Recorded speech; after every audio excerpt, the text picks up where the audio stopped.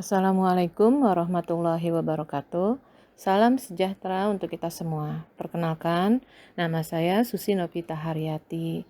Hari ini saya akan menjelaskan atau menyampaikan tentang spektrum profesi konseling. Dalam spektrum profesi konseling, di sini ada nomor 1 paradigma bimbingan konseling. Bimbingan konseling terkait dengan manusia antar manusia. Nomor 2 di sini ada visi bimbingan konseling. Visi bimbingan konseling merupakan terwujudnya kehidupan kemanusiaan yang membahagiakan melalui tersedianya pelayanan bantuan. Dalam visi bimbingan yaitu bimbingan konseling, upaya pengembangan potensi secara optimal. Penyelenggaraan program bimbingan merujuk pada norma idealis, konseptual, dan praktis. Program pendidikan secara keseluruhan, program komponen program pendidikan secara sehat dan benar dalam lingkungan. Di sini nomor 3, misi bimbingan dan konseling. Dalam misi bimbingan dan konseling terdapat misi pendidikan, misi pengembangan, dan misi pengentasan masalah. Dalam bimbingan dan konseling terdapat bidang bimbingan pribadi, bidang bimbingan sosial, bidang bimbingan belajar, bidang bimbingan karir. Kegiatan bimbingan dan konseling yaitu 1. Kegiatan akademis, 2. Kegiatan non-akademis. Kode etik. Dalam kode etik di sini ada umum, konseling, hubungan dan rekan sejawat, konsultasi, hubungan dengan lembaga, testing, penelitian atau riset, publikasi. Pengertian bimbingan dan konseling ialah proses mengoptimalkan sumber daya manusia, mengembangkan potensi dan pemecahan masalah. Tujuan bimbingan dan konseling membantu individu membuat pilihan-pilihan dan penyesuaian dalam hubungannya dengan situasi-situasi tertentu. Di sini ada tujuan bimbingan dan konseling, yaitu tujuan dari A. Fungsi pemahaman, B. Fungsi pencegahan, C. Fungsi pengentasan, D. Fungsi pengembangan dan pemeliharaan. Prinsip-prinsip bimbingan dan konseling. Prinsip-prinsip berkenaan dengan sasaran pelayanan. Sasaran pelayanan, bimbingan dan konseling adalah individu, baik secara perorangan maupun kelompok. Prinsip-prinsip berkenaan dengan masalah individu, berbagai faktor yang mempengaruhi perkembangan dan kehidupan individu yaitu faktor positif dan faktor negatif. Prinsip-prinsip berkenaan dengan program pelayanan. Pelayanan bimbingan dan konseling diselenggarakan secara insidental maupun terprogram. Pelayanan insidental merupakan pelayanan konselor yang sedang menjalankan praktek-praktek pribadi. Di sini ada lagi prinsip-prinsip berkenaan dengan pelaksanaan layanan. Pelaksanaan pelayanan bimbingan dan konseling baik bersifat insidental maupun terprogram dimulai dengan pemahaman tentang tujuan layanan yang dilaksanakan oleh konselor profesional. Prinsip-prinsip bimbingan dan konseling di sekolah. Dalam lapangan operasional bimbingan dan konseling di sekolah, pelayanan bimbingan dan konseling diharapkan dapat tumbuh dan berkembang dengan amat baik. Di sini ada asas-asas bimbingan dan konseling. Terdapat di dalamnya ada asas kerahasiaan. Segala sesuatu yang dibicarakan klien kepada konselor tidak boleh disampaikan kepada orang lain kecuali atas izin klien. Di sini ada asas kesukarelaan.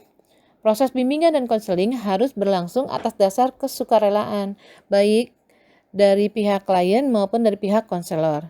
Asas keterbukaan. Dalam pelaksanaan bimbingan dan konselor sangat diperlukan suasana keterbukaan, baik keterbukaan di konselor maupun keterbukaan di klien.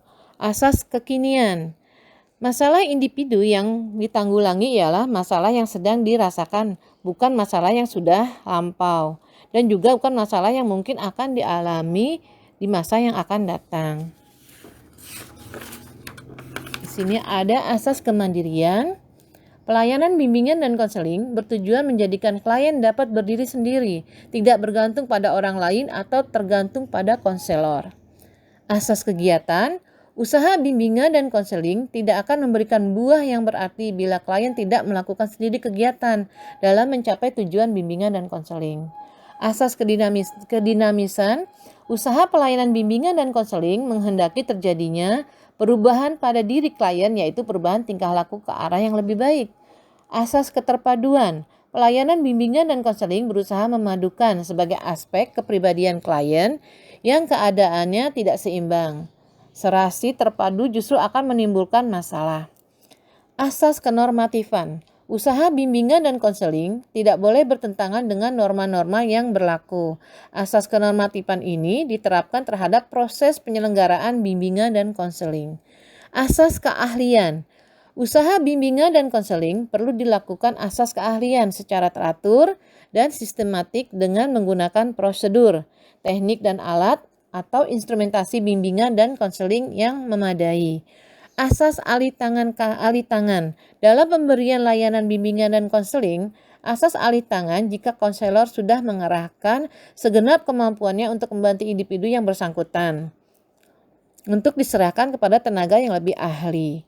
Asas tuturi handayani, asas ini menunjukkan pada suasana umum yang hendaknya tercipta dalam rangka hubungan keseluruhan antara konselor dan klien.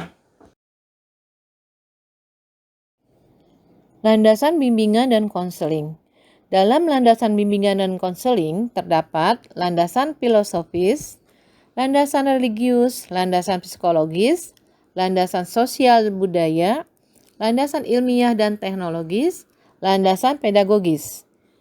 Jenis-jenis layanan bimbingan dan konseling. Di dalamnya terdapat layanan orientasi, layanan informasi, layanan penempatan dan penyaluran, layanan bimbingan belajar, layanan konseling perorangan, layanan bimbingan dan konseling kelompok, layanan penguasaan konten, layanan konsultasi, dan layanan mediasi.